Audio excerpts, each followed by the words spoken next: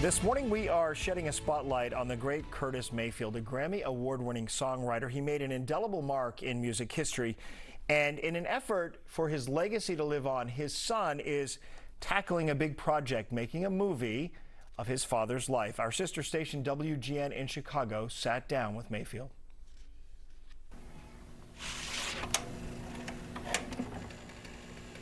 It's a beautiful song.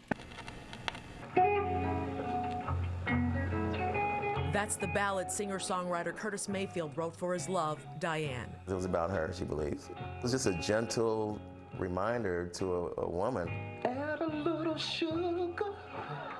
how wonderful and beautiful she is and how she's appreciated. A great big expression of happiness. Can't get any better than that.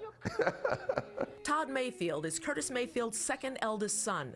The famous musician had 9 children. We met up with Todd at his condo in Chicago to talk about his book and the recent film option for his famous father's story. It was very personal. When I told family members that I wanted to write a book, there was a lot of apprehension, what are you gonna say, that kind of thing. And but I tried to do no harm, but at the same time, I had to be real. A few would-be biographers have tried to tell my father's story. None have done it well. They failed because they had no access to his inner life, to what drove him. He was pretty much an introvert, and he was a homebody. I was probably the best person to do it because no one else would know him that way. Man, oh man, have you been to Spain? The Traveling Soul chronicles the prolific songwriter's career from cradle to grave. It explains how he taught himself to play his beloved guitar at just 7 years old, never learning to read or write music, and he tuned that instrument to all the black keys on the piano. He wrote his first song at the age of 15. It also details how he loved the ladies and wanted total control and all rights to his music. They had no knowledge of his deep insecurities over his dark skin, big teeth, and small stature, of the humiliation he suffered at the hands of schoolmates because of his family's desperate poverty. We people who are darker than blue. Most remember Mayfield for his trademark falsetto voice, something that always set him apart from the rest. It's a tenor and with falsetto elements. Because his speaking voice wasn't high, and that was the way he felt he could distinguish himself. Flames ate away at the crumbling foundations of the West Side Ghetto, an area where peace always is a precious commodity. Mayfield's lyrics were unique, resonating with the tumultuous times of the 60s. As war was raging in Vietnam and a civil rights movement brewing in the U.S., this music became the anthem for the movement. And oftentimes, it was so controversial that many radio stations were refusing to play his records.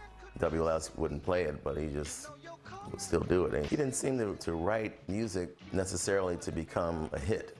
He just did what he wanted to do. I think he would probably say the more things change, the more they say the same. You know me, I'm your friend, your main boy, thick and thin, I'm your pusher man. Mayfield's life is reflected in the more than 800 songs he wrote throughout his career, and he wrote music for many movies. Among them, the 1970 multi-million-dollar selling soundtrack for the blaxploitation film Superfly. The amount of gratuitous drug use in the movie, and so a lot of people, especially in the black establishment, came out against the film. If you listen to the soundtrack, it was kind of a counterbalance to the film. And the soundtrack was the thing that propelled the film to success. And this is the certified gold record for the single Freddie's Dead from the Superfly soundtrack. Say it's all right. It's all right. Mayfield grew up in Chicago, where he started singing at his grandmother's church, the Traveling Soul Spiritualist Church on the South Side. That's where Todd got the title for his book. And right here is where a young Curtis would sing doo-wop on the streets of his Cabrini Green neighborhood. When they moved to Cabrini Green, that was a godsend for them. They for the first time, they had indoor plumbing in their own place. The Impressions got their first recording contract in Chicago with the song For Your Precious Love at VJ Records. I believe Chess Records was closed that day, and then they ended up going across the street to VJ on Record Row, right here on Michigan Avenue.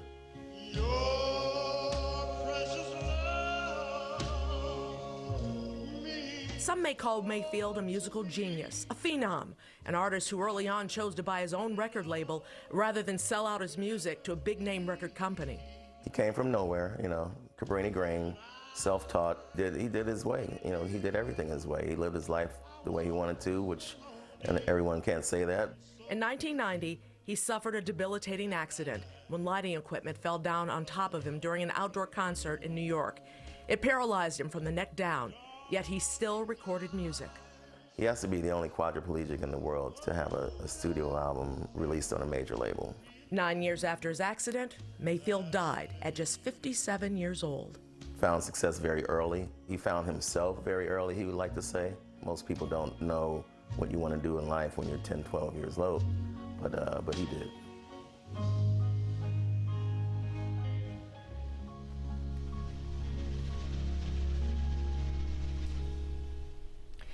And we are continuing our Black History Month coverage on Sunday, February 20th at 6 p.m. Friday, February 25th at 10 a.m. It will also be an encore presentation. By the way, the book on Curtis Mayfield's life has been optioned for a film that they'll shoot in Chicago. He won, as you heard there, numerous awards in his lifetime, and one time got Yolanda in trouble. Yes. So let's just talk about that for a moment. My mom bought the soundtrack to Superfly, and she had one of those old-fashioned turntables, and the speakers were out on the patio on the front porch. And she drove up one afternoon, and I was blasting it for the whole neighborhood. And needless to say, when she walked in, she was not happy. So she wasn't appreciative of some of the lyrics. She of a was, young but not girl all in of the it. neighborhood. She was like, she knew it was me. I mean, Did your sister? And your sister my called you sister out. pointed out that it was me. Oh, Of course she did. Sis. As sisters do. Yeah. Who's playing this music? Oh, well, you've always had a love and appreciation for music and the arts, Well, and thank you were you. putting it out there. That is a great way to sort of You know fold what it that really in. is, Yeah, yeah. it really is.